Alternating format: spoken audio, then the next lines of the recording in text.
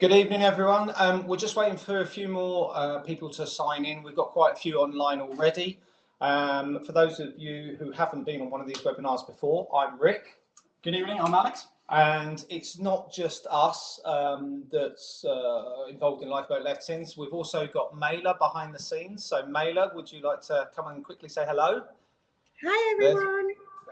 Mailer's in a different location, hence the different background and all the rest of it. So Mailer will be fielding the chat. So on the right hand side, you can see there is a chat facility there. So as the evening develops and goes on, if you've got any questions, then please do feel free to ask away. That is the purpose of this event, for education, information, and to answer as many of your questions as we can. So great to see so many of you online. I'm just going to give it sort of 30 seconds or so, and then we will crack on with the main content. We've got lots to cover this evening, haven't we? We do indeed, yes. It's going to be a busy year. So we've had a lot happening over the last few months. So yeah, it's going to be quite a lot to sort of cram in the time we've got together this evening from a legislation point of view. Yeah. Obviously, we've had some good things coming with the market that Rick's going to give an update on yep. at the start as well. But yeah, it's lots to go through, lots of knowledge to share, and obviously, as Rick mentioned, if you've got any questions, I say a lot of you have sent in some questions prior to the event, but if you have them, pop them in the chat, Mailer will be sort of filtering through those. And then we're going to save all the questions to the end, just because we've got so much information to go through this evening. Yeah, absolutely. And then we'll touch on as many of those as we can at the end. Okay, fantastic. I think we're going to get things underway in earnest. So, as I said briefly at the start, if you've only just joined in, good evening, welcome to 2026. Where did Christmas and New Year go? So I think it's a bit late to be saying Happy New Year, but I will, because it's the first of 2026.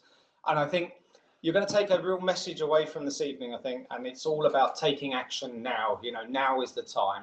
And the main driver for that is because of Renters' Rights Act. There's so many things coming in. Alex is going to be talking loads about the legislation that's coming in, but we've got a real window of opportunity right now, haven't we? Definitely, yes. We've got less than 4 months now to get prepared, organised, and digest the information that we've been told, but then also find practical solutions on how we can implement that into our property businesses. So it's great to see, I'm looking at the right-hand side of the screen, we've got lots of our existing clients, fully managed clients on board as well this evening. You've got nothing to worry about because you're already covered. We've got your back, and obviously it's great to see you on here because you're keeping update with knowledge and information as well, so you can ask us the right questions as well, which is fantastic. But if you haven't been here before, or you're self-managing your own properties or with another agency, that's fine. But obviously, I'm just going to do a very quick bit on me and Alex, so you have a bit of a kind of point of reference, if you like, as to what we're about, who we are, etc. So I'll start with me very briefly. My name's Rick Walton. I've been involved in property for nigh on 20 years now. Previous life was a mechanical engineer. I gave that life up to get into property in about 2005, late 2005, 2006. I was a consultant, didn't really have a pension pot, so I got into property as my pension pot, and I've grown it quite considerably since then. So invest very locally. I invest in Ashford, Folkestone and Dover primarily for my own portfolio with my business partners and my wife and extended sort of group of investors. And we've got about just over 100 tenancies, which are buy-to-lets and HMO rooms and stuff like that in this locality. So we practice what we preach.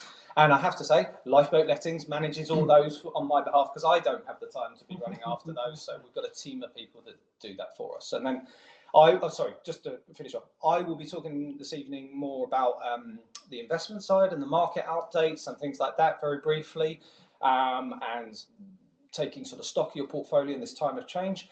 Alex this evening will be talking more about the legal stuff. So over to you. Yeah, so my name's Alex Smith. I've been working in the lettings industry for, it's my 19th year. You can see the grey hairs will show that. Yeah, I am a landlord myself. I have a small portfolio in the sort of southeast, in the sort of Kent area. I've worked in London. That's where I started my career, moving down to Ashford. So I've worked in sort of a lot of the high street brands that you'll be aware of within Ashford, sort of, Canterbury, and a spell in Maidstone as well. So I've seen a lot of the area. So I head up these lettings side of things from the life of lettings, so the day-to-day lettings management. So we have a wonderful team here that deal with various aspects of that. I oversee that, as well as obviously one of the directors alongside Rick and our business partner Richard Pointer. We are always happy to help landlords, and this is why we want to share this knowledge with you guys at events like tonight, to sort of help spread the word. There is a lot of uncertainty when it comes to lettings, especially of late, but if you know the information, you know the knowledge, then it's not such a scary thing. You know, you're not just wandering into the darkness. You're like, actually, it's not so bad. Change is coming, but you know, we've got to embrace it. Yeah, indeed. And I think this is the message that we're getting across tonight. That there's going to be a fork in the roads, and you've got several paths that you can take, and it's entirely up to you which path you want to take. Yeah.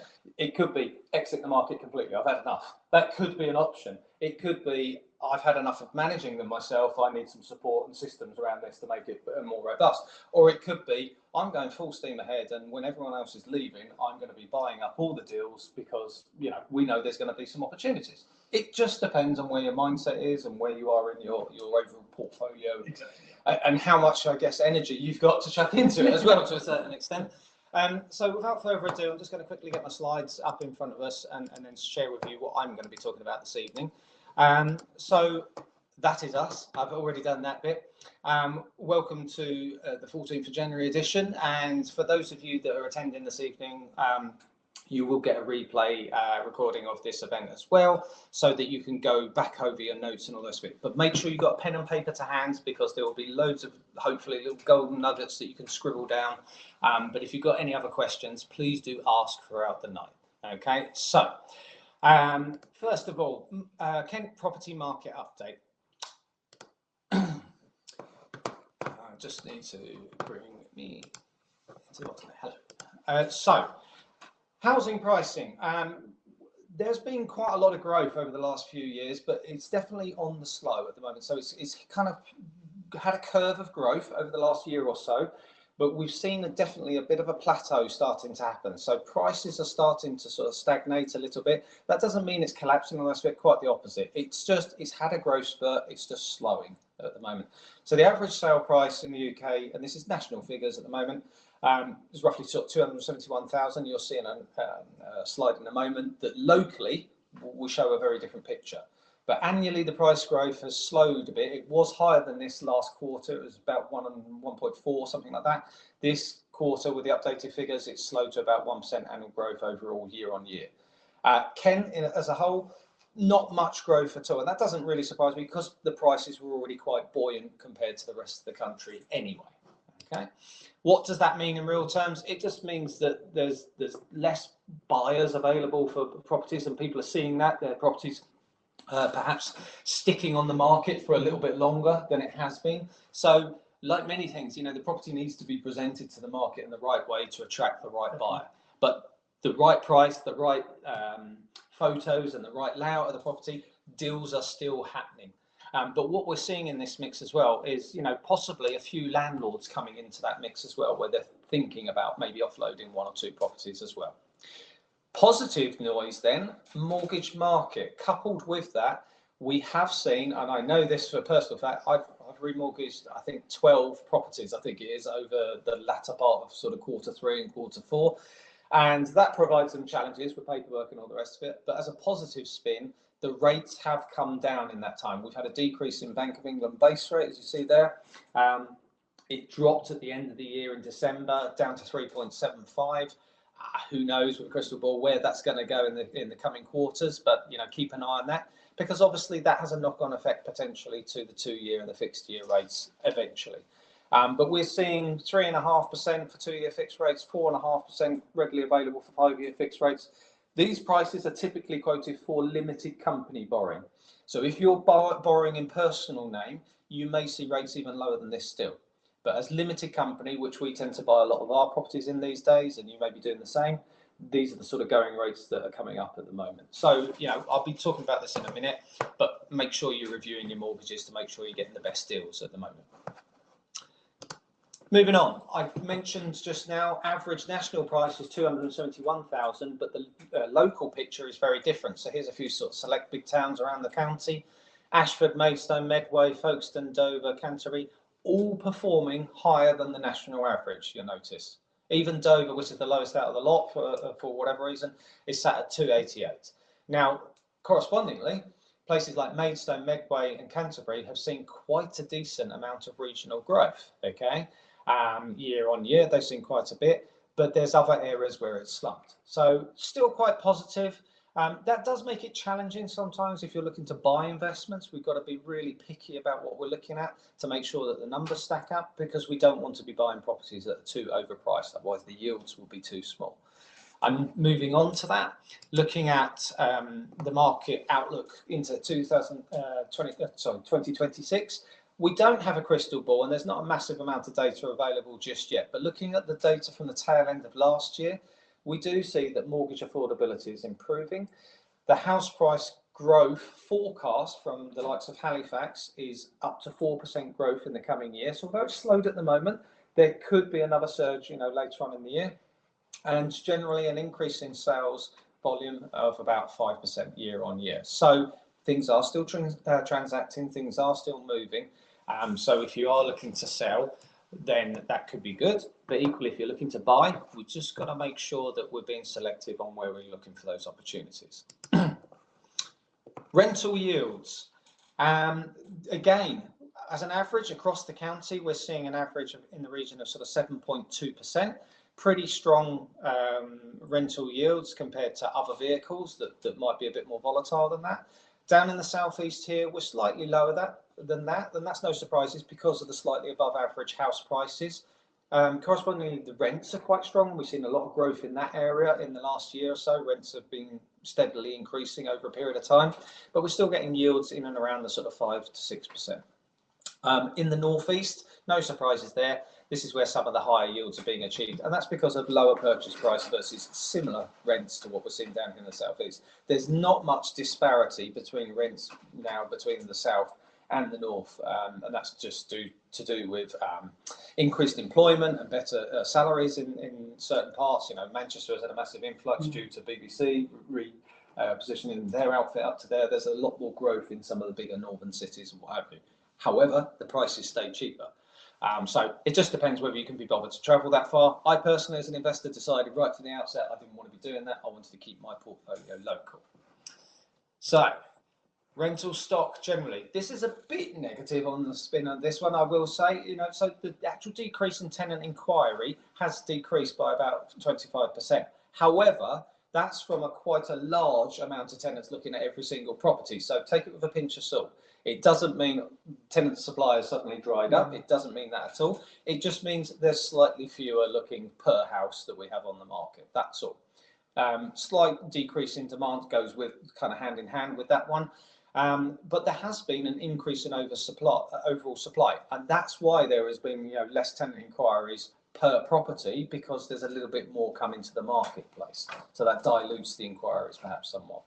And this new listing figure, this is specifically targeted at properties that haven't been available or come to the market for quite some time. So this may be properties that have been rented out for a long, long time, or new investment properties that are coming to the market for the first time. So there is still new stock coming into the pool. So people are still investing.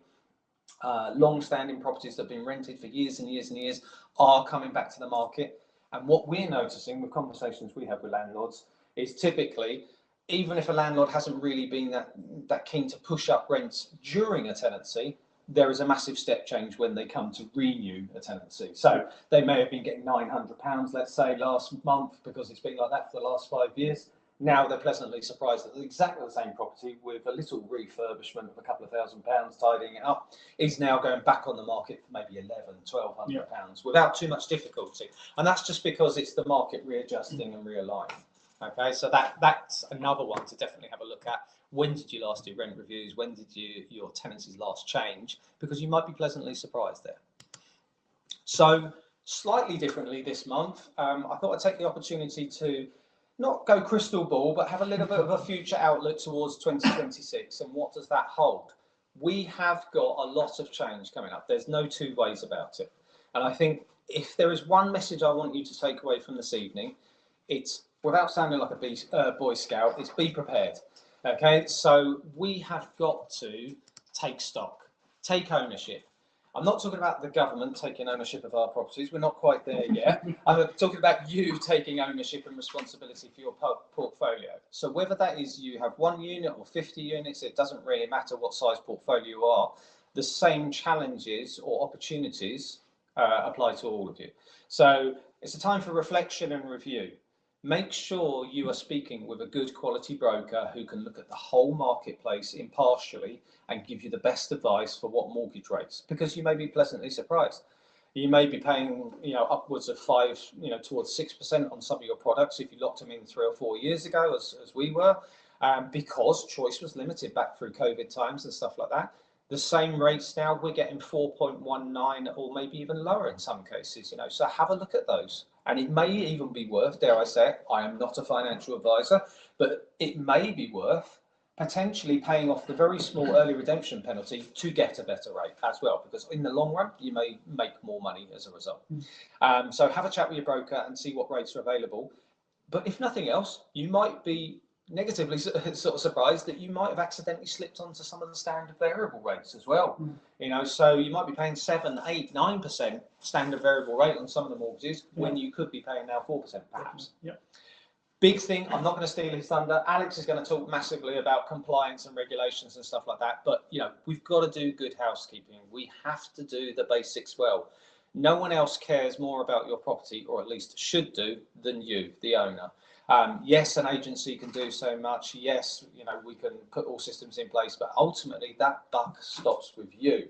You have the ultimate responsibility for making sure things are in order. So gas certs, EICRs, electrical inspection condition reports. Sorry, I'm using jargon already. EPCs, energy performance certificates, all the key certificates, licenses. Because if Rachel can get it wrong in accounts, maybe we can from time to time as well. That's not our accounts, by the way. Not our account. Slightly higher level. Rachel government in accounts, if she can get it wrong, then there is potential that others can as well. So we need to check that from time to time and not be complacent. And we've seen this a few times where people have gone, oh yeah, I've got a new tenant, thinking of, the property's come empty. Can you get me a new tenant? Well, yeah, I could, but you've got no EPC. So legally, we're not allowed to do that. So now we've got a small delay because we've got to get you an EPC. And if this is the first time a landlord's brought the property to us, these are the challenges that we solve for them. We get a new EPC done as quickly as possible so they can get that property relet and not be losing income. This is a big one, rent reviews. I have lost count of how many conversations I've had recently with landlords where they haven't appraised the properties for quite some time. In some cases, more than 5 years. I'm talking to a lovely lady at the moment who's got a huge portfolio that she's recently inherited, and she knows that previous owners of the portfolio didn't choose to do rent reviews. Somewhere in the region of 60% of market rents, massive scope for improvement. Leaving so much money on the table, it's unbelievable. And I'll reiterate on that in a moment. Section 21, Alex is going to be talking about this. I'm not going to take too much time on this. It's going, okay? So what do we do instead? So we need to have a look at our current tenancies, how they're performing, and be quite ruthless and say, is there any tenancy within that portfolio that isn't really working for us? Is there rent arrears? Is there, awkward behaviour? Because now, if any time, is the best time to sort of resolve that, because it is probably as easy as it's going to get. I'm not saying it is easy. It's still a long-winded process, but it's as easy as it can be right now to resolve that. But that window's only open until the 1st of May, so we need to take action. And after doing this reflection and review, some of you may be at the point you go, that sounds like a lot of work. Well, that's okay. Well, that's maybe where you need to have a chat with us to see if we can take some of that hassle away from you and systemize that for you, and let you get on with your life and let us do what we're really good at, which is systemizing the process, taking the hassle away, maintaining the properties, increasing the rents for you and making it more profitable as a whole, making your life easier, basically. But after all of that, some of you will be in a position where you go, do you know what? I've had enough. I'm looking to sell. And if that's the case, still have a conversation with us, because we may have an option for you. We're talking to investors that are looking to purchase all the time. There may be the odd one or two that are looking to buy a deal, and we can always introduce potentially, to future buyers. So watch this space on that one. But now I'm specifically talking to portfolio landlords. So all of this applies whether you've got 1 or 2, 3 properties, but those that have got 5, 10, 20 rooms, buy-to-lets, whatever it be, so if you've got a few, let's say you've got a couple of HMOs and you've got 5 buy-to-lets, you've got 15 tenancies effectively. All these potential challenges and threats, if you want to see them as that, could be multiplied negatively. So any fines for non-compliance could be duplicated. Any rent repayment orders for inherent bad behaviour where you've missed a trick somewhere could be compounded. However, these are all opportunities. So if you haven't, if all your compliance is squeaky clean, you just haven't done rent reviews for a while. If you could increase each of your tenancies by £50 and you've got 20 rooms, £100 and you've got 20 rooms, what difference would that make? Multiply that up across 12 months of the year, as an annual increase. That's a significant increase in your return just by doing a 5-minute review on your rents to see whether they need any tweaking. So now is the time to take stock, and like I say, we've got this key implementation date at the 1st of May, and I'm just going to come back to full gap because this is a biggie, isn't it? I mean, this is the big message. We've been talking about this for pretty much a year. We did our first webinar back in July. We knew it was coming. Now it is coming. It's become law now, this Renters' Rights Act. Yeah. Now is the short window of opportunity up until the 1st of May to take stock, have a look where there may be challenges. We have a great compliance checklist download, which we've been given to some landlords so they can check and scrutinise their properties. But as you will see, something that we are very keen to offer, we're prepared to put quite a bit of time into looking at your portfolio for you, because we honestly believe now is the time to take action. So something that we will be offering at the end of this evening, and no doubt Mailer will be able to put an offer up in the chat so people can click on that. There you go. Seamless. The technology works. Brilliant. Thank you, Mailer. So we offer a tenancy health check. This is myself, Alex, whoever's available. Primarily it's me that conducts these with my investment experience of 20 years. We look at scrutinising your portfolio without judgment to see where there are opportunities for you to increase your revenue, optimise your systems and your processes, but most importantly, to make sure your properties are fully compliant so that you're not going to be penalised and attract fines, because this is a biggie that's coming. Well, in fact, it's already in. I'm going to steal a little bit of your thunder, just a tiny bit. One of the deadlines has already passed in December, which gives the council and local authorities more powers to levy higher fines. The big difference is these fines will stay within the council and not go back up to central government. So there is massive incentive for them to go and find properties that are offending, and they're already doing it in our local area. We've already seen in Ashford a landlord was prosecuted for repeat, and I do say repeat, not one-off. It was a repeat offence where he was, what's the polite term, stacking and packing his properties full of tenants that on top of that would then not rent, right to rent checked. So they were overseas nationals who shouldn't necessarily have been given the right to reside in the UK. He was fined. There was no surprises. He should have known better, but continued to choose to operate in that way. But the local councils will start to look at imposing these fines. So before we get there, take us up on the offer of this tenancy health check. If you see there's a green button there, you can book your compliance health check. It's totally free to do that, I'll reiterate. Takes about 45 minutes, something like that. We go through a fact-finding process where I talk a little bit about what's your current situation so I can tailor it specifically to you. And then we quickly run through how's your documentation, who set up the tenancies, when did you last do a rent review, to see where there's little areas of optimization so we can improve your portfolio.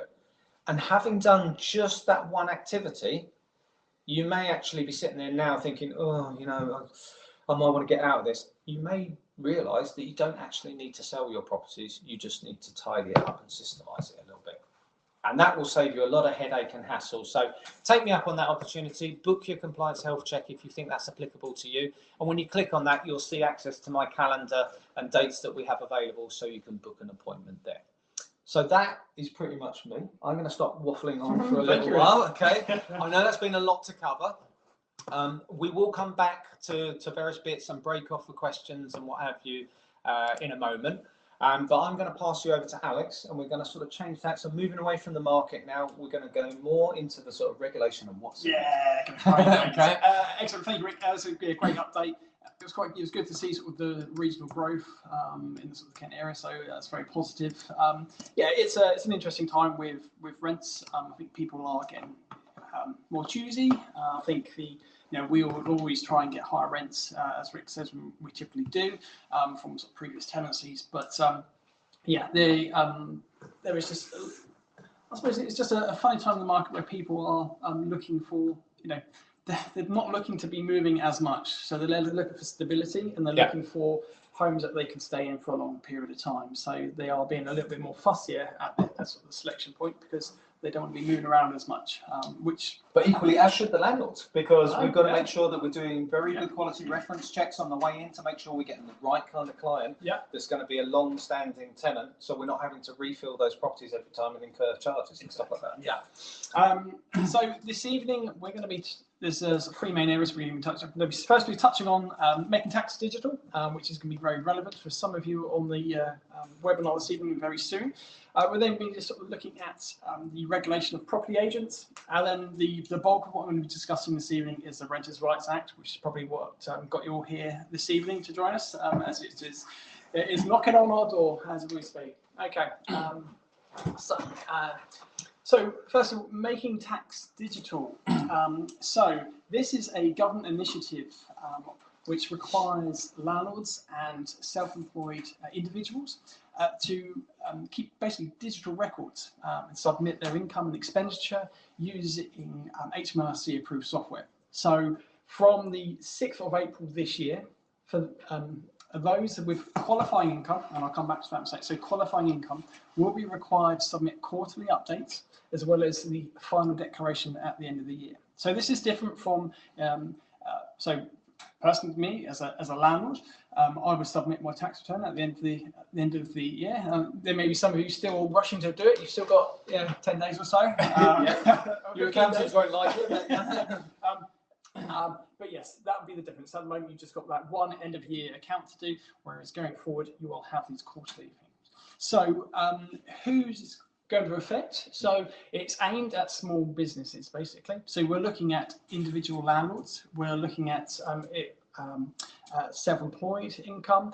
Now, it doesn't include limited companies. So if any of your properties come from or within, if your properties are in limited businesses, then they are exempt from this. Obviously, they get picked up with corporation So tax. this is personal income, Very much personal. self-employed contractor income, if you've got that coming into your world. That's correct, yes.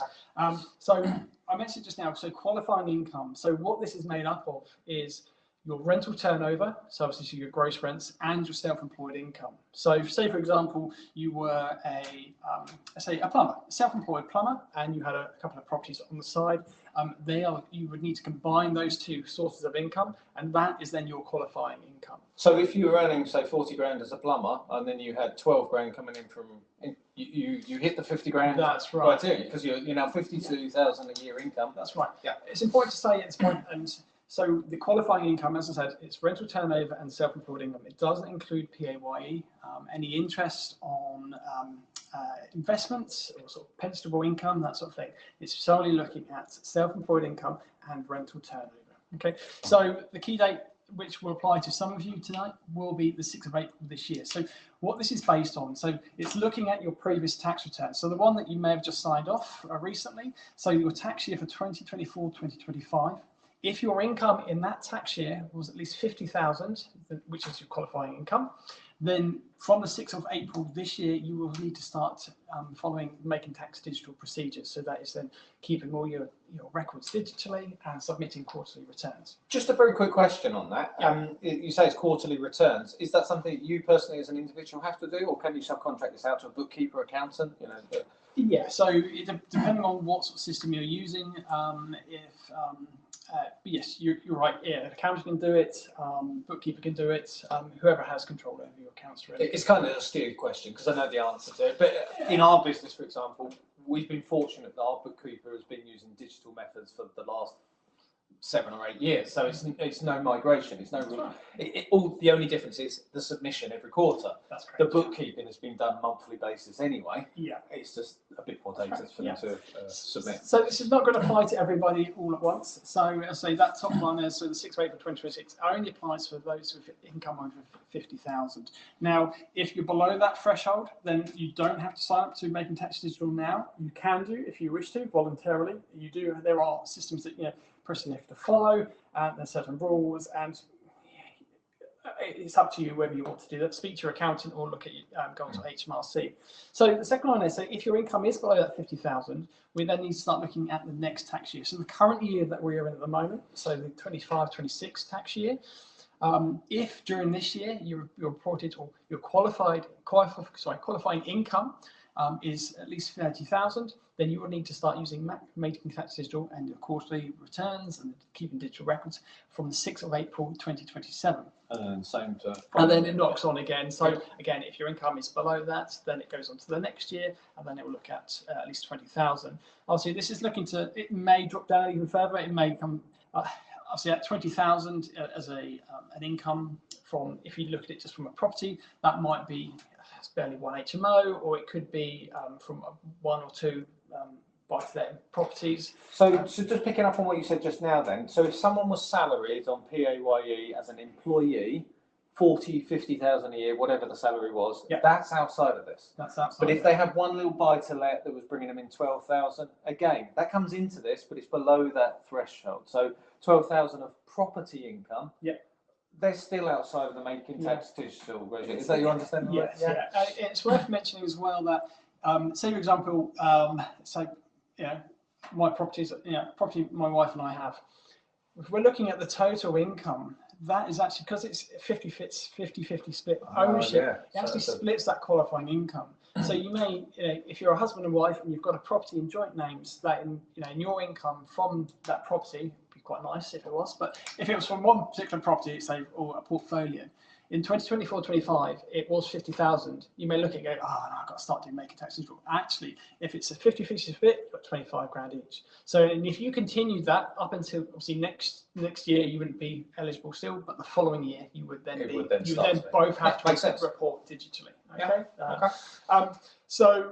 Looking at sort of the deadlines, they do run in line with the financial year. So you would have, obviously, tax year starts from the 6th of April. You would then run up, quarterly would then run up to the 5th of July. The reporting deadline following that end of that quarter is just over a month. It's the 7th of the following month. So first quarter, 6th of April to the 5th of July. The 7th of August would be a deadline for that quarter, and then so forth going forward. Nice. You would then still need to do the end of year declaration, which is basically, because if you did have PAYE income, you then obviously need to tally it all up and make sure all the information, all the sources of income are on your final tax return. Okay. Okay. So that's perfect. I'm just going to interrupt you there because the Oracle that is Mailer has messaged me to say there's a few questions coming up there. So Mailer, would you like to chip in at this point? Hello. Yes, so there's been quite a few questions in the chat about this. So I thought it'd be good if we go through it. Yeah, please. So the first one is from Poonam, which I think you've covered. Yes. Someone with PAYE and an income from property, does that qualify? So I think you've gone through that already. The PAYE bit, no, but the property income, yes. I think we gave that as an example. And then I'd say the same for John's one below. The same for John. I think you've covered that as well. Are the income levels per person? We own properties jointly, so each take 50% of the income. Yeah, it's your share if it hits these thresholds. Yeah, as Alex said. Yeah, that's fantastic. And then Alistair. Question from Alistair. Rental turnover or profit?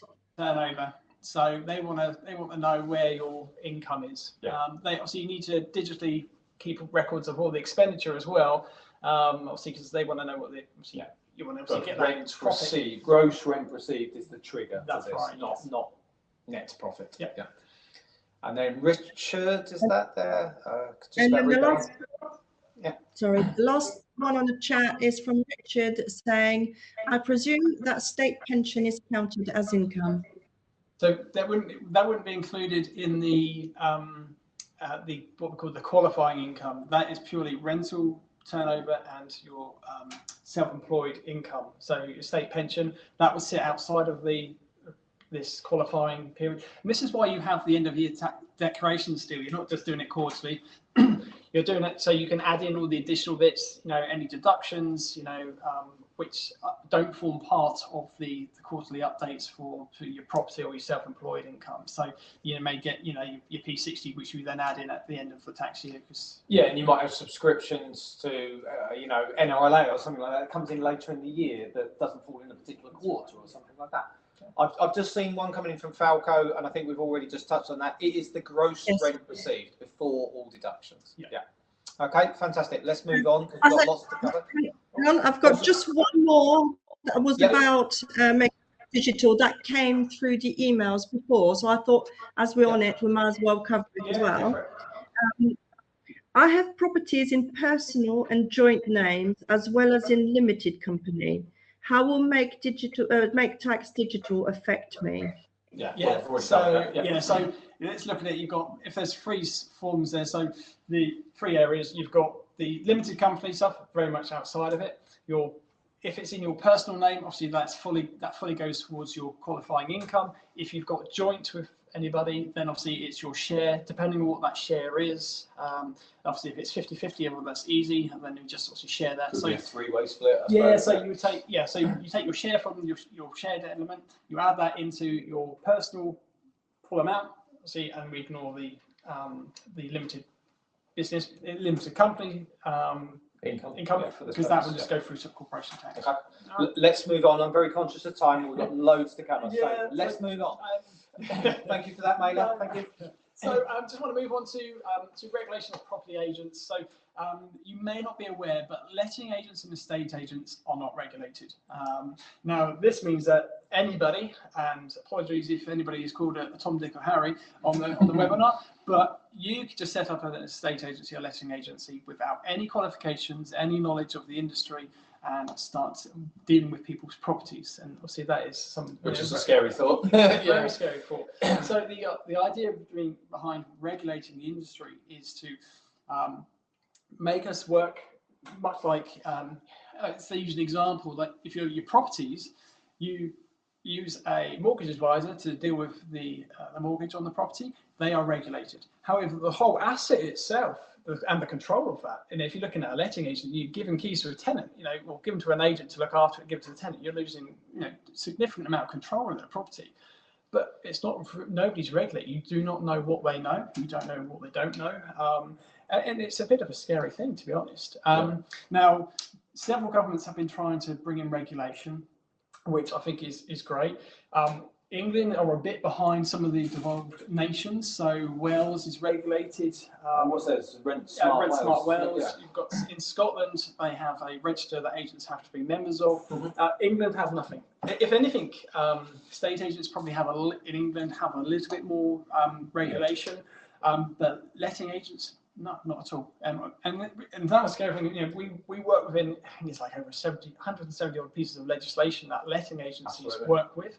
Should know. I wouldn't say I know all of them off the top of my head. I may need to reference them, but these are things that we need to be aware of. But I think we don't see this as a company as a negative thing. We actually see this as a positive, because I think in time you're going to see less people just winging it. That's and more professionalism in the industry, which I don't see as a problem. So this is why the Tories have talked about this, Labour have talked about it. I think as we see the dust settle from the Renters' Rights Act, which I think it is now, I think we've been talking about it for a long enough time. It's come into law, we've got implementation date, we know what's going to be happening over the next sort of 6, 12, 18 months. But I think this is going to be the next thing that they're going to get the teeth in. We'll talk about it.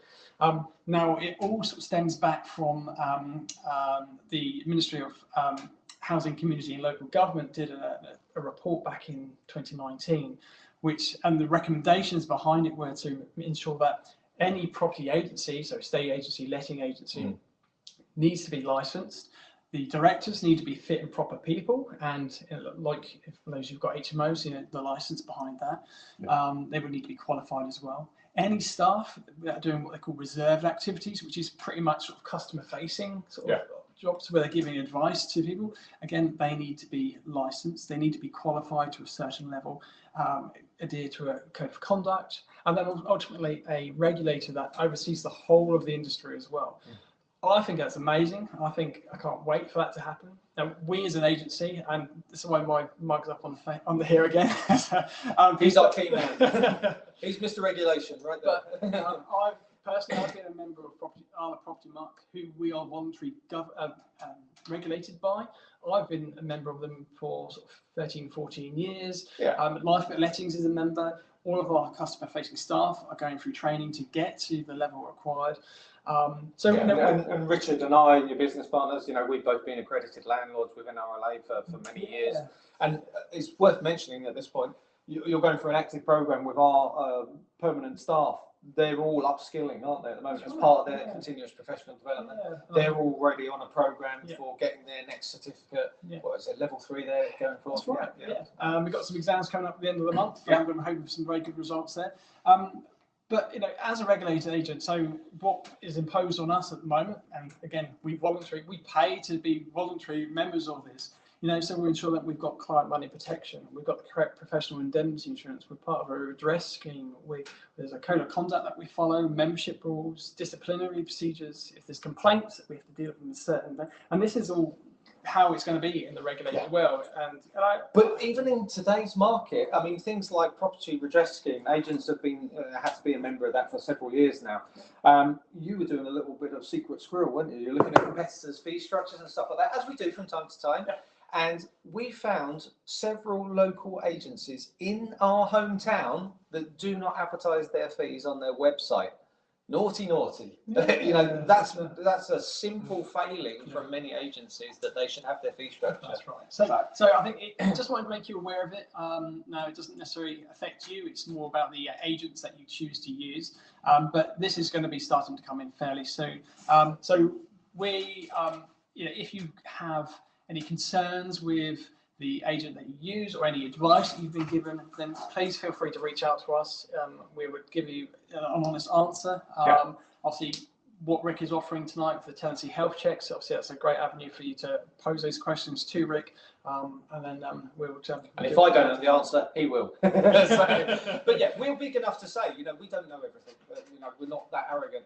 We know a lot, and we've picked up a lot along the way. However, there are still some things that we have to refer to. So what we have is a depth of resource that we can tap into to find the answers that we need.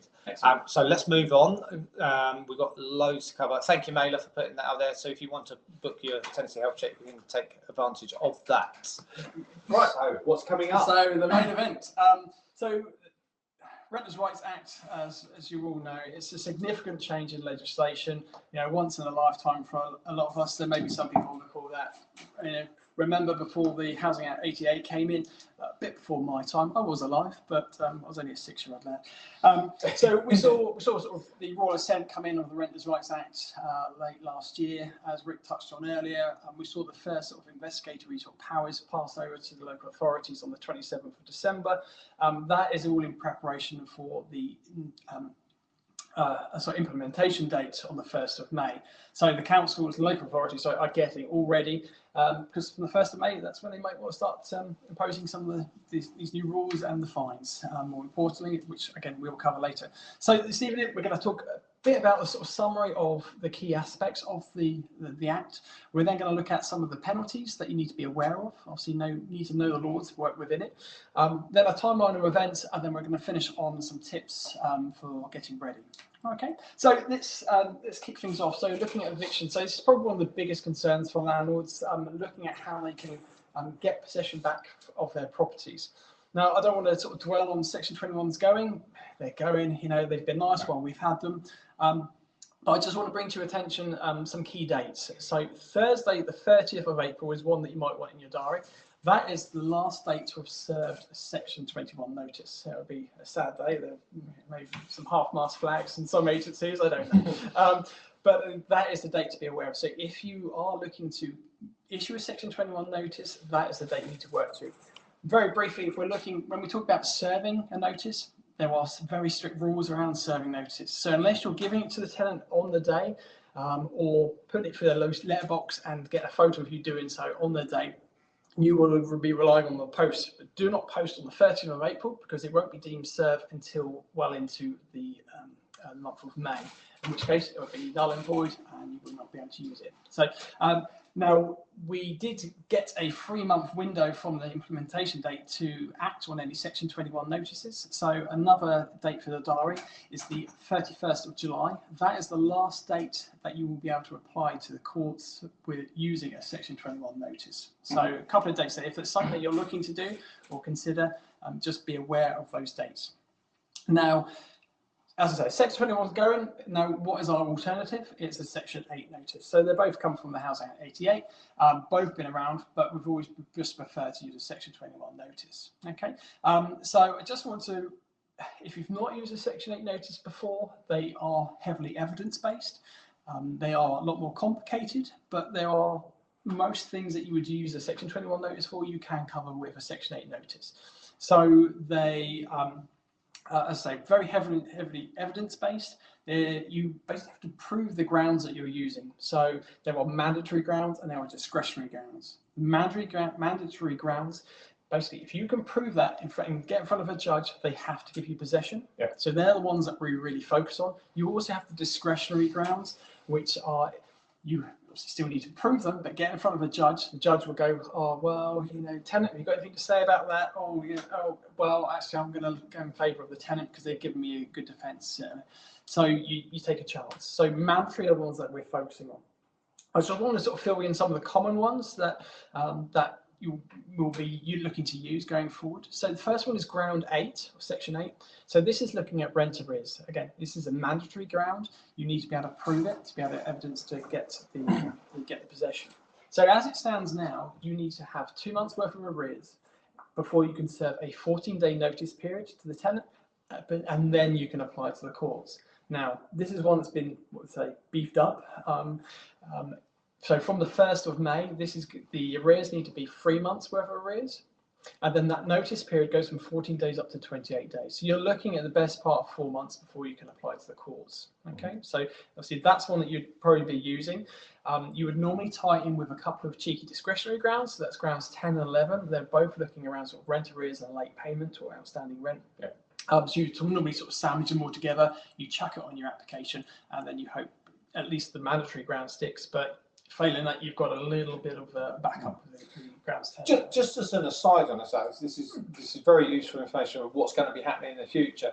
Just to put it into context, though, out of the hundreds of tenancies that we've written over the last sort of 5 or so years, the handful of Section 21 notices that we've had to serve, typically, there's not that many in the first place, but the ones that we have are for the odd, very, very small percentage of perhaps persistent, you know, late payers and stuff like that. It's typically rent arrears. Yes. So, but it's a small percentage, is the key message I want to get across. Yeah. However, going into the new system, I know we do have a way that we can sort of soften that blow and protect against that, and we'll maybe cover that up with legal protection a little bit later on, perhaps. Yeah. The other 2 grounds I want to mention, so these are both mandatory grounds as well. So this is ground 1 and ground 1A. So they are whether you wish to move back into the property, which is ground 1. 1A is if you're looking to sell the property, and that is a new ground that's been added as part of the Renters' Rights Act. Now, I sort of bulk them together because the criteria behind them are the same. Now, you know, typically, if you're going to look into end of tenancy, it's either because of the rent arrears or you want to move in or sell it. They are sort of generally the grounds, and this is why I'm sort of want to bring them up this evening. So grounds 1 and 1A, let's say, for example, your tenant moves in there, and I'm going to come on to fixed term tenancy shortly, but they would be on basically on a monthly rolling contract. So, for example, the tenant moves in on day 1, they have what we call a protected period for 12 months. So you will not be able to use a ground 1 or 1A to move back in or sell the property within 12 months. So that's where they have a 12-month protected period. Okay, but what you can, in order to use those grounds, you need to wait 8 months, and then you need to give them 4 months notice in line with the end of that 12-month protected period. And then if they move out, that's great. but that's only the start of the problems that you may come across. Okay, if you move back in or you sell the property, happy days. Okay, what happens if you don't? Well, if you try and re-let it. Yeah. So let's say, for example, you used the ground one to say that you're moving back in. You move in, and then you go, actually, no, this worked better as an investment. I'm going to move in with my partner, and then a few weeks later, you move out and you re-let the property. What's the problem with that? Well, you know. Not a lot until you get the 1st of May. Until you get caught out. Yeah. So you would then be in breach, and this is where sort of the new sort of civil penalties will kick in, and I'm going to get onto those a bit later. Same would apply if you are looking to sell a property. You pop it on the market for a couple of months. It's not selling, and then after 3 or 4 months, I'm going to pop a new tenant in there. Now, if the local authority or potentially the old tenant sees that you are remarketing that property, then you are in breach and you could face penalties. Okay, so and they're significant, aren't they? As you're mentioning. Yes, very significant. Okay, so this is where it comes about planning and being aware of what you want to be doing with your properties. So don't chuck a tenant and go, I'll see if it lets. They go in there. Actually, I really wanted to sell it, but no, you need to be knowing what you're going to be doing your investments, a little bit forward thinking, hopefully stay the good side of the law. Okay. One thing to mention just while we're on evictions, obviously looking to end tenancies. So you do need to end the tenancies correctly, otherwise penalties will apply. So you can't end tenancies verbally. You cannot end tenancies using a notice to quit. If you try and use the section 21, God help you. Yeah. Not only will they be null and void, but if a tenant actually moves out because of one of those, and then reports you at a later date, you could face penalties as well. So do it by the book. If you get a section 8, when I do even like now section 21 or section 8, I always go straight to the source. I go to the gov.uk website and I ask for I look for what I'm looking for. So it's section 8 you're looking for. It's called a form 3. It might be worth downloading it and becoming familiar with it. But every time I want to use it, I go straight to source and I download it. So I know that it's what I need.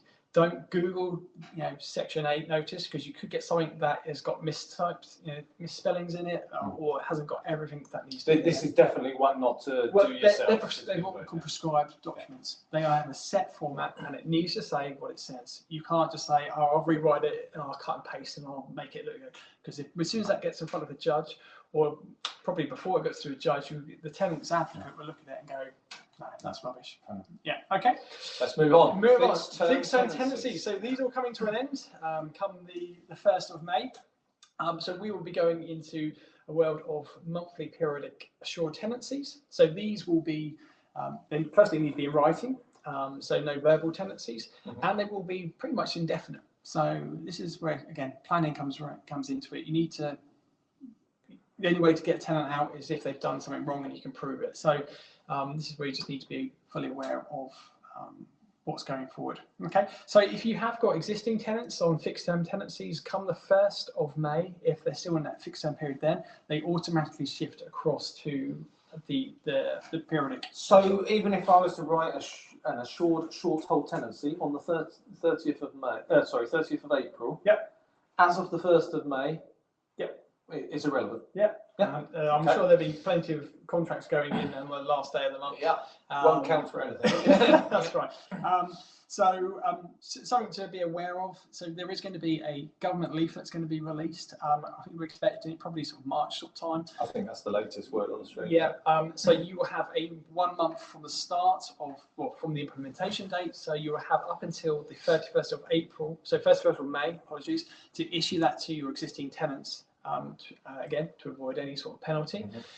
So make sure that you are issuing that one. If you've got new tenancies, as I say, it will be going straight onto the new assured periodic tenancies. Now, the wording of these is due to be released at some point this month.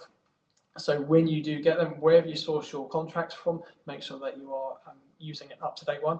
If you use an old fixed-term AST, not only will it be invalid, but you'll get fined for it. So it's all about doing it by the book now. you can't go wrong. So new contracts will be, as I say, monthly rolling. Tenants will need to give 2 months' notice if they wish to move out. So that's the difference, isn't it? Because at the moment they only need to give 1 month's notice, typically. So on a period, we as landlords still need to give them 2. Yeah. So now when you're looking, so as soon as you're outside of a fixed term, you want a periodic, whether it be statutory or contractual periodic tenancy, but you need to give 1 month's notice. The tenants need to give 1 month's notice. And I think this is where it's going to hit some tenants, that they may have just entered into a 12-month tenancy, or they may be looking to move out and think, oh, I only need to give a month's notice. But this is why I think issuing the information to the tenants sooner rather than later, especially if they're signing a contract in April, that you should be making them aware that, just so you know, this 6-month contract you've got is going to be changing in the next couple of days. I think it's worth informing tenants that going forward. Just while we're on fixed term tenancies, when you are setting up the tenancies, just bear in mind the first month's rent. There are new rules about sort of prohibited payments around the first month's rent, and that is prohibited until you have entered into an agreement. So when you find a tenant, you may take a holding deposit. Obviously, most agents will. We do. We take 1 week's worth of rent as a holding deposit. We then do the references, and then we request the balance of the first month's rent before signing the contract. Now, come the 1st of May, they need to be switched around. So you have to have entered into the agreement, which is tenant signing and the landlord or agent signing as well. So it is a formal document, formal contract, and it's live. You then can request the balance of that first month's rent. So just be aware of that. Make sure you allow enough time for those payments to come in before the keys need to be handed over. So in the new system, you will still be able to take a holding deposit? Is that what you're saying? Yeah, so it all comes down just to a nominal amount. Yeah. When we're talking about sort of pre-tenancy, it's very much in the realm of the Tenant Fees Act of 2019. So holding deposit, absolutely fine. Obviously, there's rules around that. But taking the whole month's rent up front, he's not allowed until you've entered into. That's correct. You can take the deposit, so the security deposit, that can be taken before, but it's that first month's rent that it cannot be. Okay, excellent. So next, moving on to sort of tenant discrimination. So with this, we're looking at very much tenants or prospective tenants with families or children under the age of 18, and prospective tenants in receipt of benefits, so whether it be local LHA or universal credit. Okay, so the focus here is very much on sort of the sort of pre-tenancy stuff. So this is the advertising as well as looking at the sort of tenant selection. So one thing that you need to be doing is obviously just checking your language when it comes to adverts. So if you don't use an agent and you're very much you put your adverts on like Open Rent or something like that, or if you do use an agent, other platforms are provided. Other platforms are available, but you need to be aware of your language that you're using. So if you're saying on your adverts, no DSS. We still see it today, don't we? Shocking. No benefits, working tenants only, working professionals only. This is all language that's going to be the local authority, as Rick said, they keep their fines now. They're going to be looking for these sorts of breaches. And it doesn't take one tenant, or I'm sure it's going to be sort of, because I remember that I was coming up to a remortgage, and about 3 or 4 years ago, as recently as that, mortgage lenders were still stating in their conditions, no DSS, no benefit tenants. And I won't name the lender, but there was one in particular that still had that in there. So we had to abide by that, but we certainly couldn't put it in our adverts. Yeah, what you touched on there is worth mentioning. So if from the 1st of May you have a new mortgage that goes through, or a new insurance policy, if you see any restrictions in the documentation regarding you have to let to working professionals, they are basically null and void. The Renters' Rights Act overrides any of those sorts of comments. Now, if you have got existing mortgages or insurance policies, for example, like that are live now, that go past the 1st of May, if they do have those grounds in it and those clauses, they are enforceable at this time. But as soon as they are renewed, as soon as they're renewed after the 1st of May, or if they're new from the 1st of May, then see that sort of language is null and void. Okay. I think if you're when it comes to sort of referencing sort of the selection process as well, just be aware that you cannot say, oh, okay, you're a family or you're in benefits, I'm going to need a guarantor for you. That is discrimination, because you need to be applying. You're putting an unfair barrier to entry, aren't you? Exactly. Whether it's direct or indirect discrimination, it's still discrimination. So if you're going to require guarantors, do it across the board or not at all. I think probably the easiest thing, I know there's still a lot of landlords out there that do their own references, but using a third-party provider will take away a lot of that potential for discrimination when it comes to the referencing process, because they will only work with their certain requirements and it will apply to everybody. Now you can still turn people away whose income is too low, whatever source of it, as well as sort of credit history as well. Let's sort of touch on pet requests as well. So from the 1st of May, tenants will have a legal right to request a pet request. A landlord has a duty to respond with a yay or nay within 28 days. You do need to reasonably justify your response as well. And unfortunately, you can't request any sort of pet insurance or an additional deposit. So just sort of bear in mind, I think one way that we're getting ready at the moment is we're getting sort of templates ready. This is something that you may want to do yourself. Getting sort of checklists, suitability checklists for your properties and what the tenants are requesting in their properties, and sort of the templates on how you can respond to those. But yeah, you do need to take them seriously.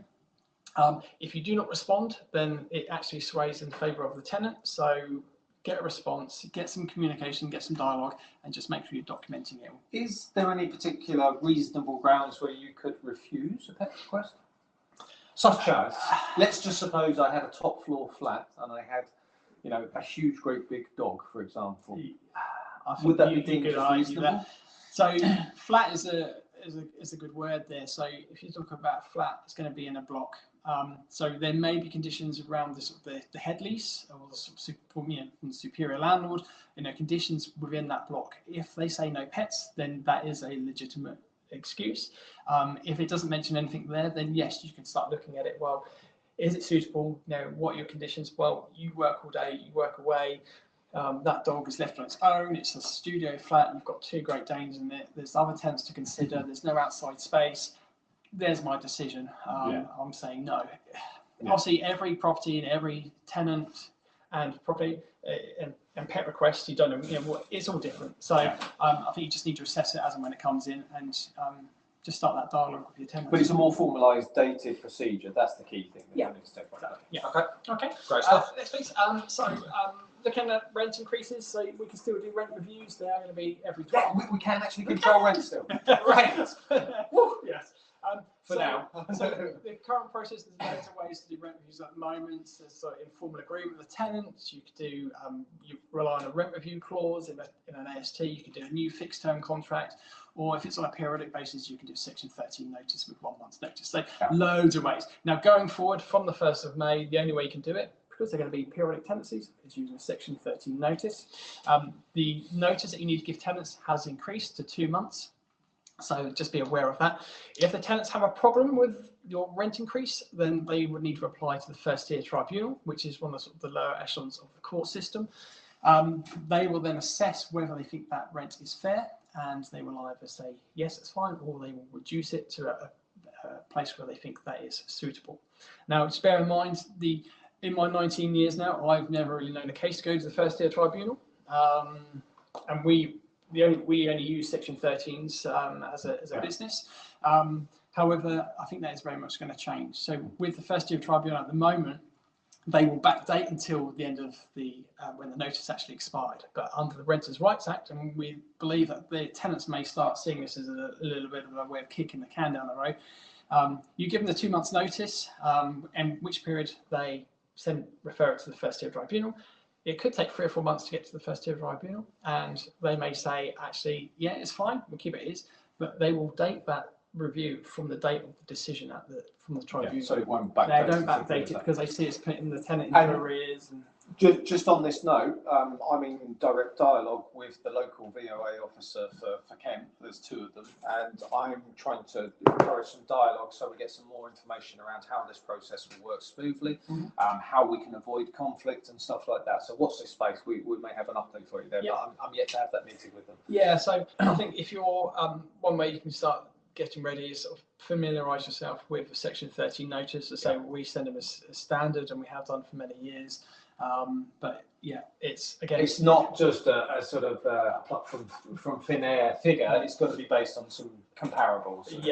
So you need to be keeping that those comparable data, what you're based on, not just going, actually, let's tuck around 100 quid on that rent, and then the tenant, because you've got to be able to prove it. So be sensible. A bit more evidence-based. Exactly, yeah. Sure. Okay, so let's move on to the PRS database. That's the private rental sector database. So this is where it requires landlords to register with the database, as well as their properties, and uploading all their sort of compliance information.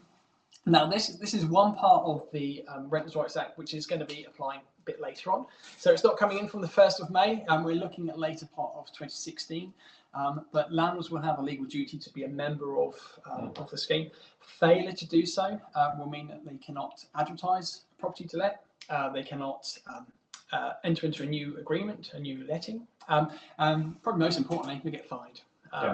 And I think these two, the PRS database and the Landlords Ombudsman, these are probably the two that have gone most under the radar. I'm not talked about so much as the biggies, but I think this is going to have quite a wide impact, that landlords, whether you use an agent or not, you are going to have to put this information in the public domain. Yeah. So with the database, again, there is going to probably be a charge to landlords. So this links back into what we just talked about, rent increases, making sure your business, and this is what it is, it's a business, is viable.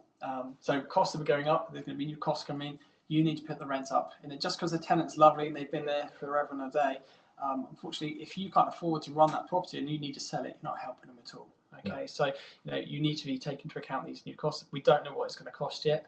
It's probably not going to be massive. I don't know if it's per landlord or per property, but we will find out as the months go on. So what's the distinction between the PRS database and the Landlord Ombudsman then? Okay, so the database is pretty much overseen, I believe, under sort of local authorities. So there'd be a database where they can check up on landlords or who's not got an up-to-date gas and things like this. So that's more about the property per se. Yeah, and it's a place where tenants, prospective tenants, can go, oh, I've just viewed that property down the road. I'm just going to see, I see that there's a good landlord.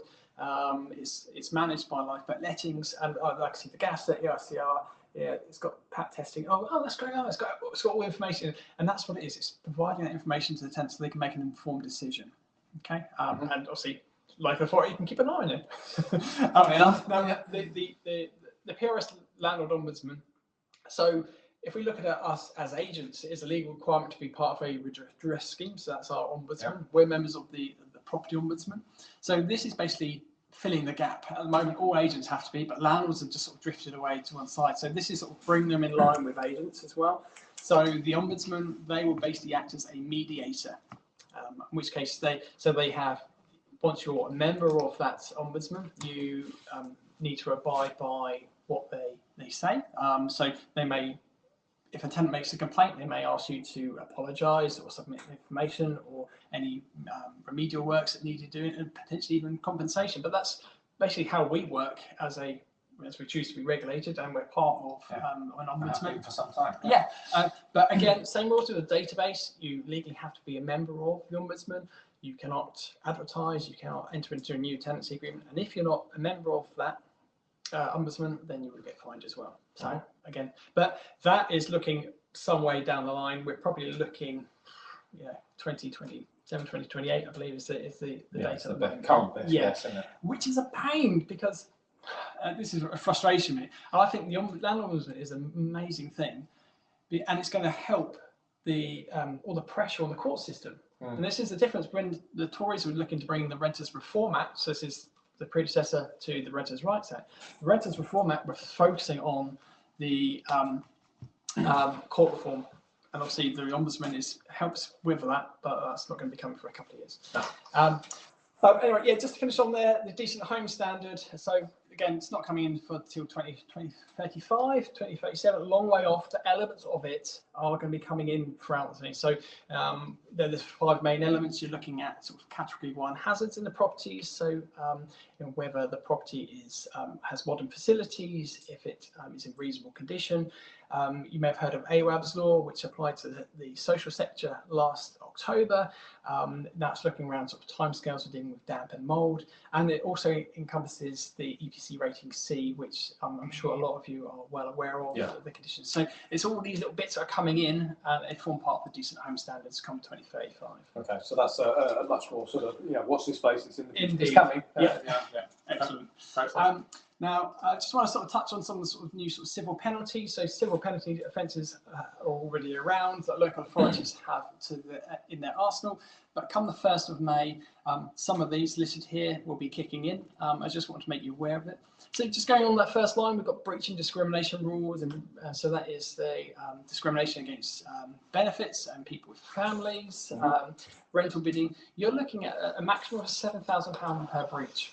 Okay, and obviously £7,000 for a continuation or repeating the breach within 5 years. So we're not talking small change here, and all you got to do is just make sure a lot of your adverts are not discriminating, okay, and you're not doing any rental bidding. We then move on to sort of slightly higher levels. So you're looking at trying to set up a tenancy without on a fixed term tenancy or no written contract, or failing to provide that government leave that I mentioned. That needs to be, you get that month grace period to do so from the 1st of May. Ending a tenancy orally or without, or using a notice to quit, no active redress scheme membership or database membership, providing false and outdated information to the database.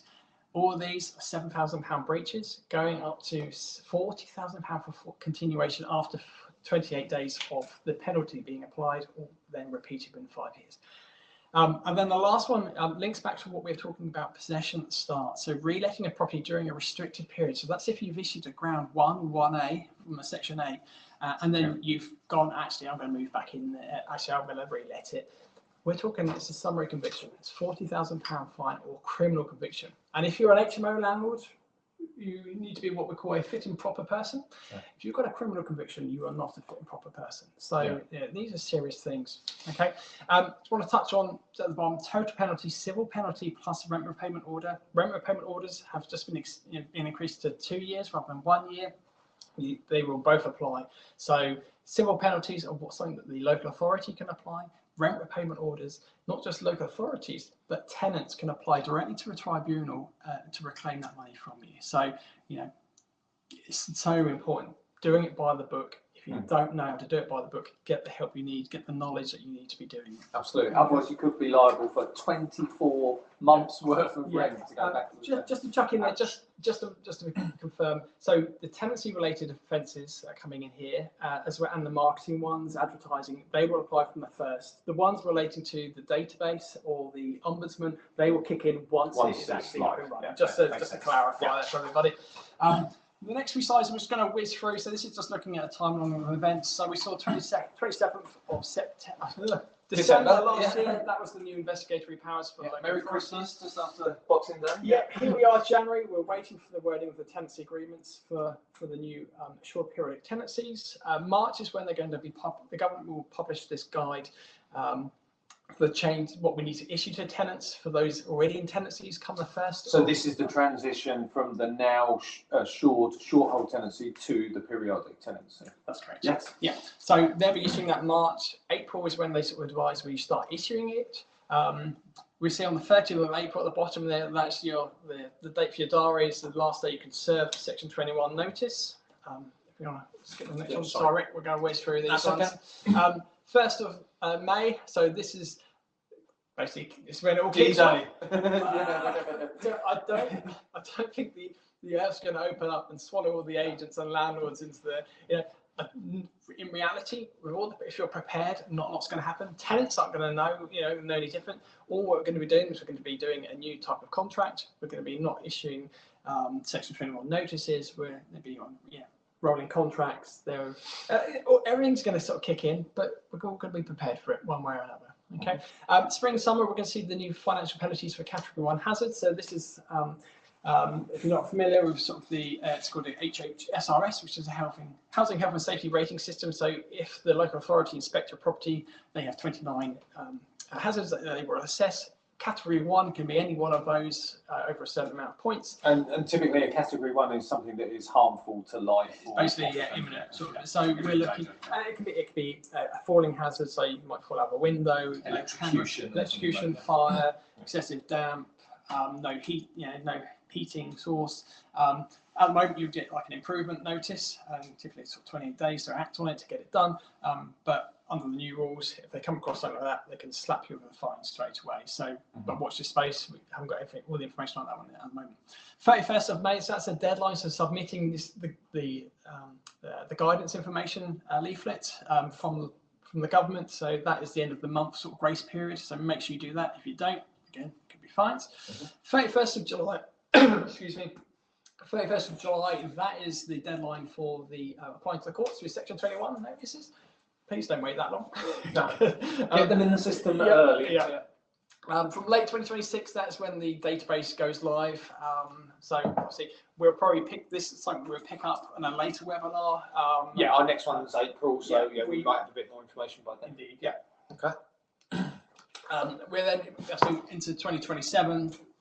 So a lot of the Renters' Rights Act reform will be passed back to the social rental sector. As I mentioned, sort of AWAB's law, which is in the social sector, will be coming across to us. So I think the idea is to try and get the two sectors on a par with each other. April, May 2027, it's the deadline for the end-to-end digitisation of the courts. So obviously that will help speed things up. The mandatory sign-up of the landlord ombudsman in 2028. Obviously, the sooner the better. Then we see in May 2028 and May 2031 is the initial and the second evaluation of the Renters' Rights Act being published by the government. Or we may have a new government, or they may have a new. Well, I was going to say, dare I say it, we may have a complete U-turn on some of this by then. Who knows? So, yeah, what's this about? I don't think it's ever going to disappear in the format that it's in. No. Something like this will always be in place, but yeah, there certainly could be changes afoot. Who knows? Yeah. But this is what we have to work towards at the moment. It's the latest information as of today. Too right. Excellent. And we've got one more slide before my voice completely goes. So I just want to keep just sort of preparation first. We've touched on a couple of things that you can be doing so far. So first of all, it's not too late for the Section 21 notice. Get it done if you're going to get it done. Don't hold off on it too much longer.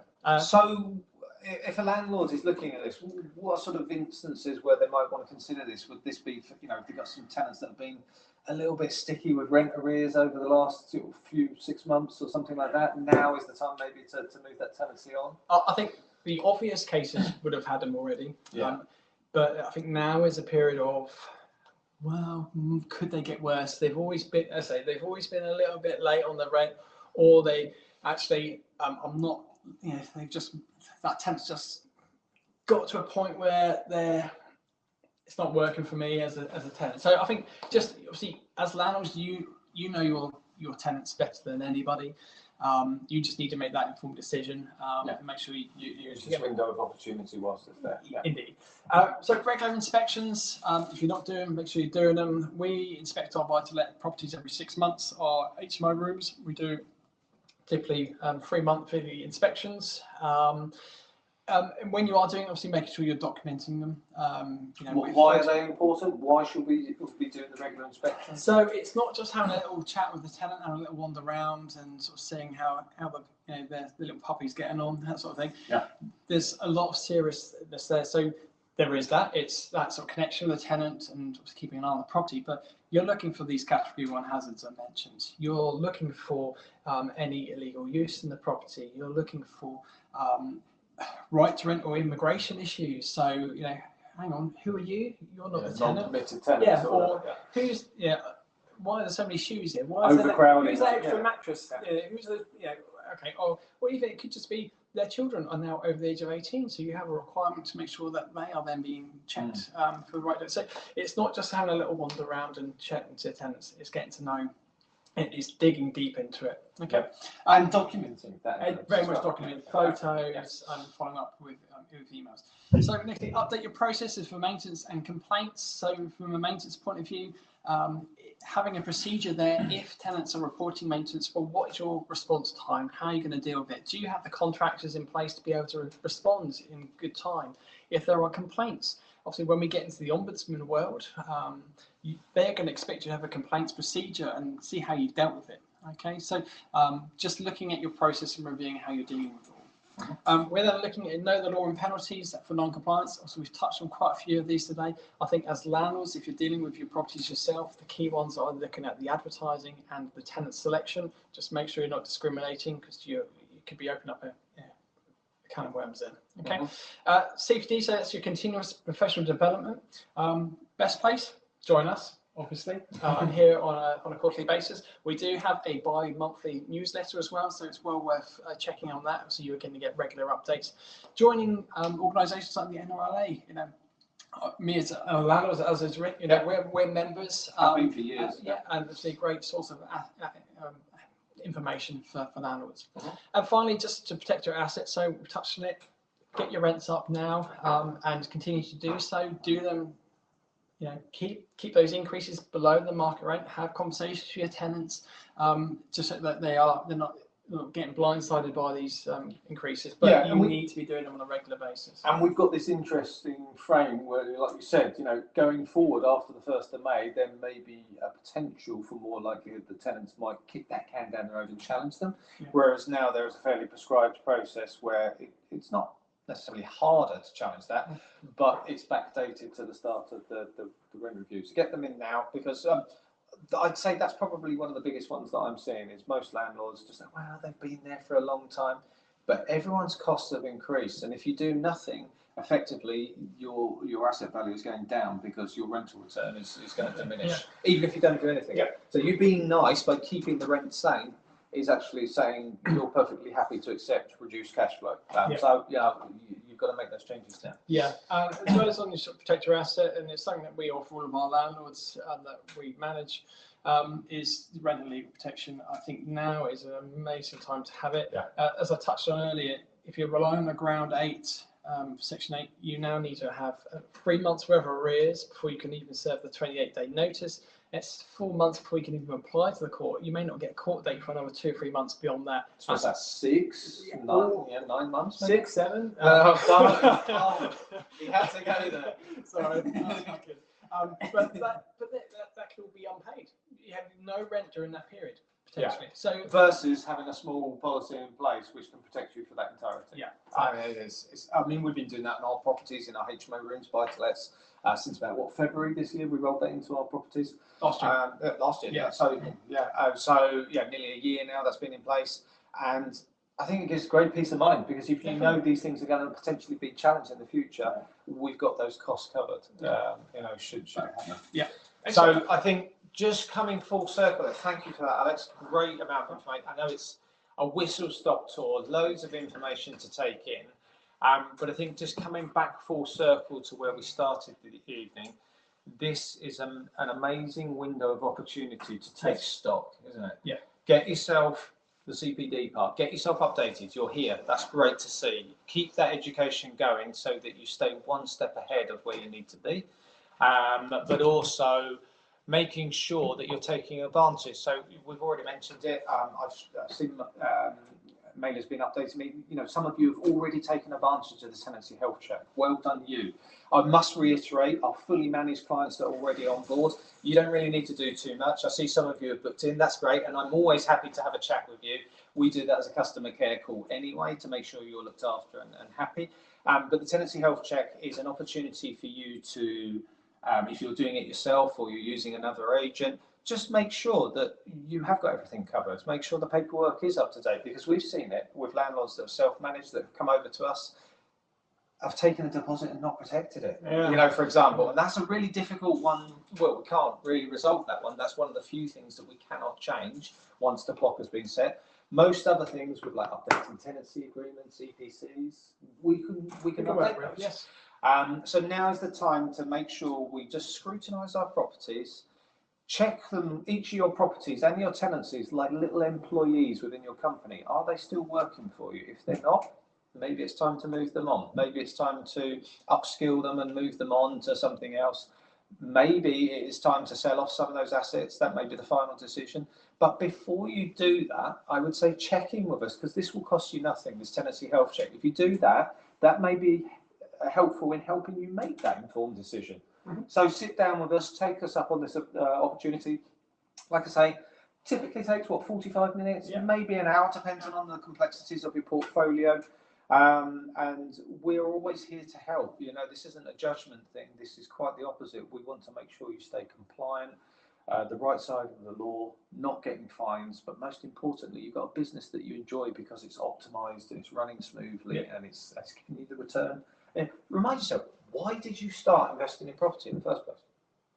I'm sure it wasn't just a nice little hobby to have. It was because you wanted to make an income from it and, you know, potential future pension fund and all the rest of it. If you're not making the money from that, without sounding, you know, capitalist, that's why we do it. It's because we've got to make it profitable. If it's not, you start to question why you're going to do it. So I have seen there are quite a lot of questions coming in. So I'm going to come back to Mailer. Hi, everyone. Mailer, are you there? Yes, there are loads of questions. So are you two Good, ready? Yeah. I'm going to get some more water. Yeah, go for it. Okay, so the first one was from somebody called Alex, and it's about ROPA. So how will ROPA affect landlords? Okay, I'll take this one. Hello, Ed. How will it affect landlords? It won't. It will limit the options that you've got. So if you've used your some chap down the pub that does all your rental properties, and is an agent of sorts, they may not wish to be regulated, so they will not be available. But what you will get from the agents that are available is consistency. You know what you're going to be getting, and obviously, more importantly, if there's any problems, you have that sort of, But the individual landlords themselves don't need to fall under ROPA. That's how no. So you don't need to get regularly. You don't need to get licensed. You don't need qualification. That's our problem. The one that affects them when it comes in is the PRS Landlords Ombudsman. That is based on the individual. So me as a director of this company, I don't necessarily have to have an accreditation. I can do, and I will do, and I get, you know, whatever certificates I can. But as a landlord outside of the lettings business, as an independent landlord, I will still have to register with the PRS Landlords Ombudsman separately. Yeah, sorry, very separate. ROPA is only aimed at agents, so it's a regulation of property agents. So landlords, it's nothing to do with you, but it will just affect the agents that you're interacting with. Great stuff. And just linking that in with the Making Tax Digital, I had an interesting one today. I was talking to a client, and they were saying that their accountant, how can I put it politely, is a little bit older school and traditional in their ways, and they're looking to retire soon. So I said, well, maybe that is the point where you might have to reassess your accountant if they're not up to speed with this whole Making Tax Digital thing as well. You know, so everything is always up for review. You've got to make sure that it's still current and relevant to your just chuck in there. So there are options when it comes to, with anything like this. If they've got what we call bridging software, so you don't necessarily need to be using, like QuickBooks, Sage, or Xero.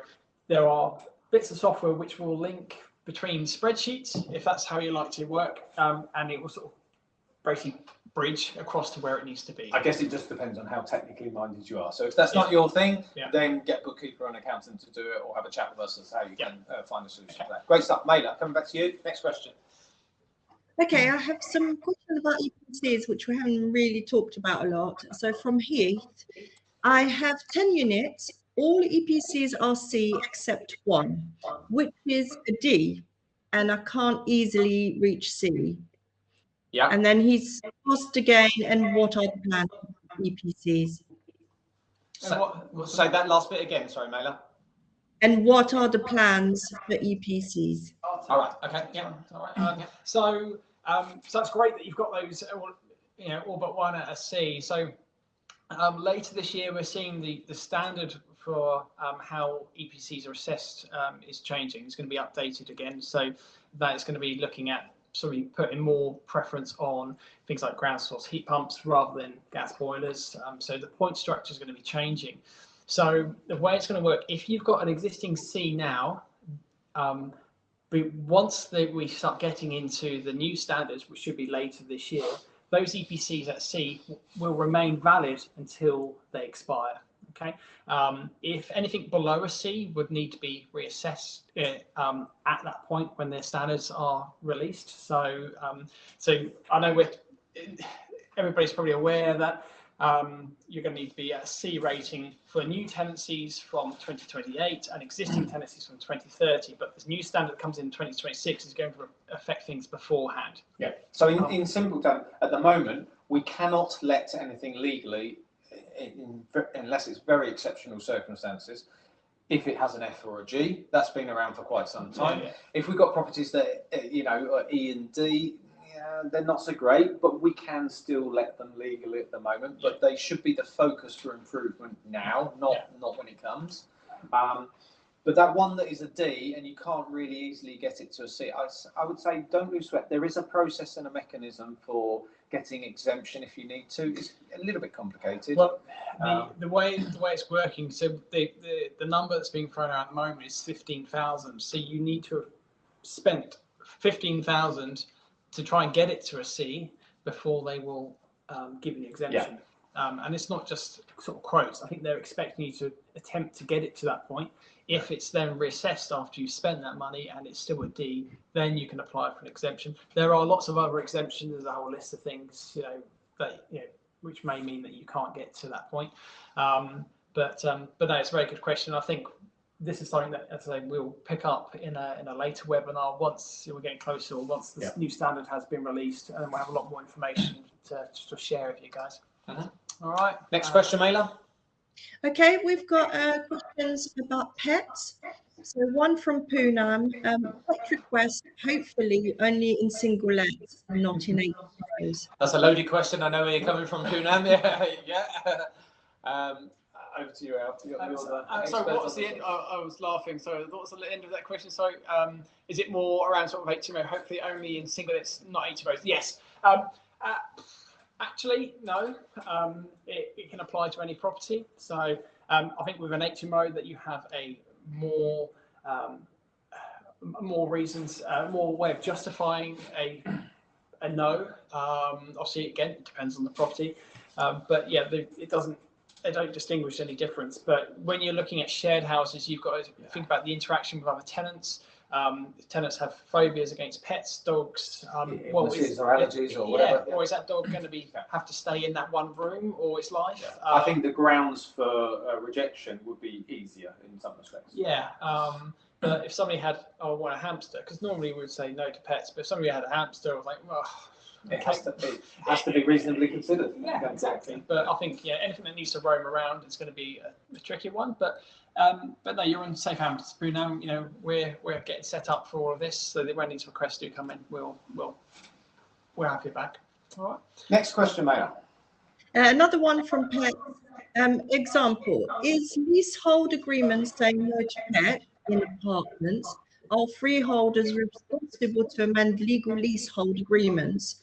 Or could this be acceptable reason not to comply with that request? Yeah, I think we touched that one. That if, unlike the insurance or mortgage lender, if they say a discriminatory thing, saying no DSS or something like that, Renters' Rights Act overcomes that and says no, that's not acceptable.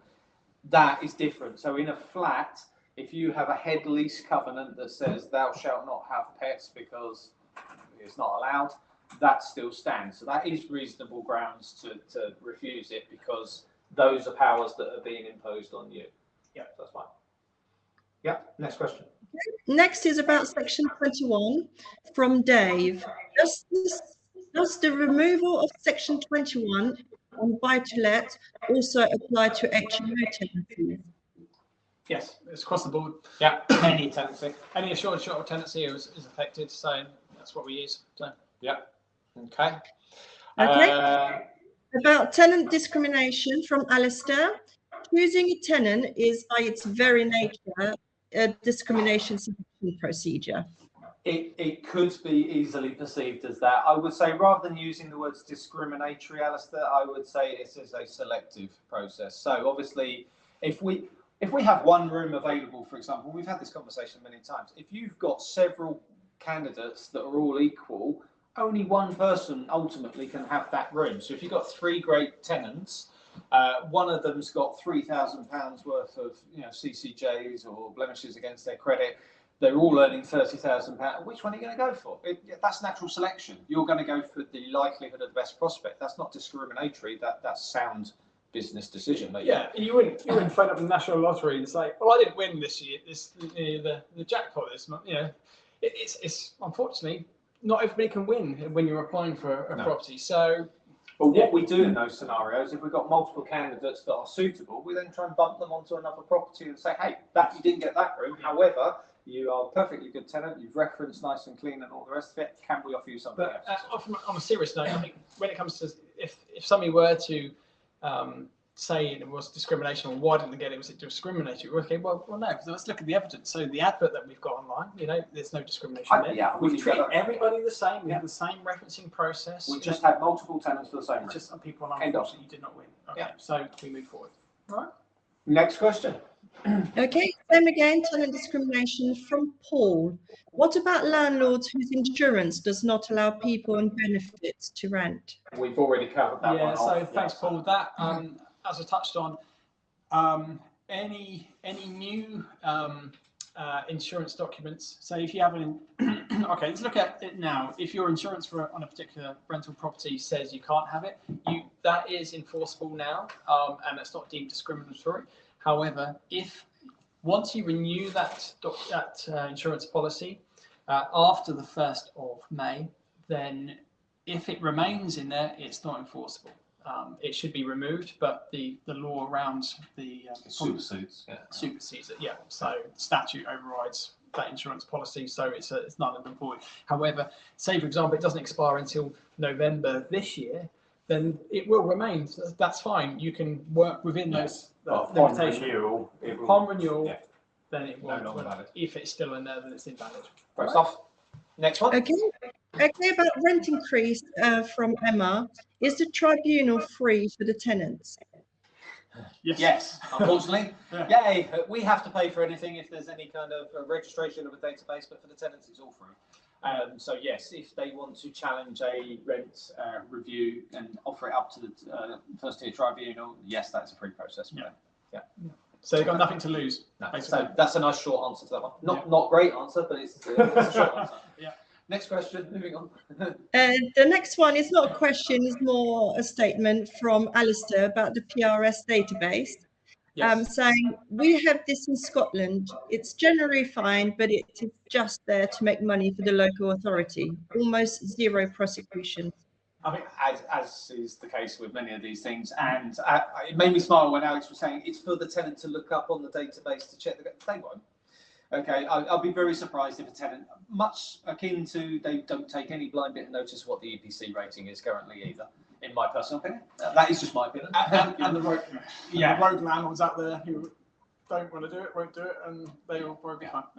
But so, that's fair. That's a very good point. I know, Alistair, you have a lot of experience with properties. You're one of our fully managed clients. I know you have a big portfolio in Scotland and know the full force of the impact of that up there. Yeah, great question.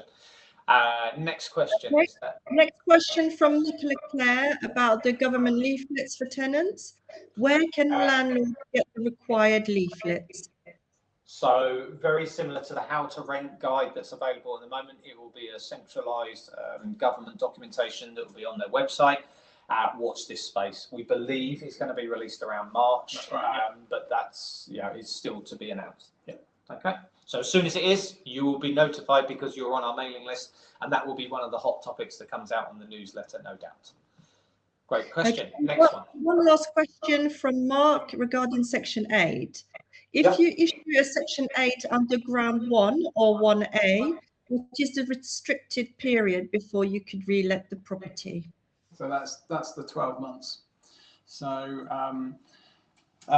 so once as I mentioned, the 12-month protected period that they have from when they first move in, if they move out at that 12 months in line with the 4 months notice that you've given them, there is then the 12-month restricted period where you cannot be reletting it. So basically, whatever grounds you use, you can't do anything other than that. So if you gave ground to I want to move back in, and actually you didn't move back in, you sold it, then you're not using the ground, and so the tenant found out that, or local authority, somebody could have a problem with it.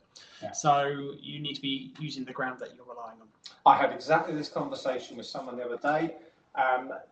The scenario was their son is renting out a property while they're travelling around the world, so they're sort of semi-reliant on the income to a certain extent, but they might want to come back to the UK in a bit.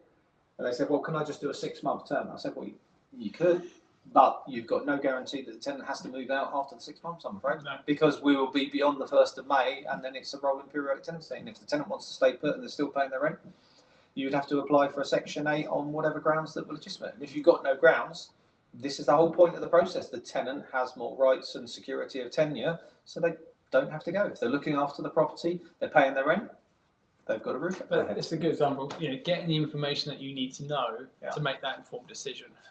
You don't want to just be rushing in and just doing something and then actually, No. I'm stuck. No. Um, So hopefully that's been really useful. Any more other questions? Have we Yeah, closed off? we've just got one last question that just came in from Cheryl. Sorry if I missed this, but if the property is in my name in regards to the landlord register, will my home address need to be used on the register? No, a care of address, so your letting agent would be sufficient. If you don't have a letting agent, then If that is the Cheryl I'm thinking of, you're okay because you're already with us, Cheryl. So great question. but it's my understanding if you've got an agent, then you can use a care of address, which could be us as an agent. You could still do that. That's a very good question, actually, Cheryl. I need to find that out. So I think there needs to be an element of GDPR sort of protection to landlords, obviously, in putting your information out there in public. Because on the current system, when you give a landlord notice 48 to notify the landlord, you can't put a military posting or a post office box, I believe, No. but it can still be a care of address. So yeah, Again, these are some of the tiny nuances that we don't have the formalised details for them until they're released. So we will update that as soon as it comes out. Thank you. I'm seeing some of the thank yous coming in. I'm glad you've enjoyed this evening. I know it has been a lot. We've both been speaking at 100 miles an hour. I'm impressed with this guy because he never talks that fast. So it's had a lot to cram in. lot of information to cover. I'm just going to quickly put back up that last slide. So obviously this is the key crux of tonight. If you're not sure where to go, you need some support and advice, please do book in a tenancy health check. It's there free of charge for you for this evening. This is something that we put massive value on because we seriously believe it helps protect and ensure and look after landlords' investments. So do click on the link. Mailer, if you got the offer in the chat, yes, you have. Fantastic. So click on the green button, book your compliance health check now. Book a time in the diary with me, and I look forward to spending some time with you to go through your particular situation. Just with regards to future dates, Mailer, the next day I believe is April 15th. Is that correct? Yes, that's right. Fantastic. My memory does serve me. So yeah. I hope for 6 as well. So see you then again. Say again. Sorry, you broke up a little bit then. Sorry. So the 15th of April, we'll all be there together again, and half past same as normal, and hopefully we'll see you there. Yeah, fantastic. Thank you for all your support this evening, Mailer. Without sounding like two runners, it's good night from me. It's good night from me. Thank you, everybody, for joining us. We hope you can join us again soon, but get in touch if we can help. Yeah. Thank you very much, and take action now. All right. Good night, everyone. Take care. Thank Bye-bye. you.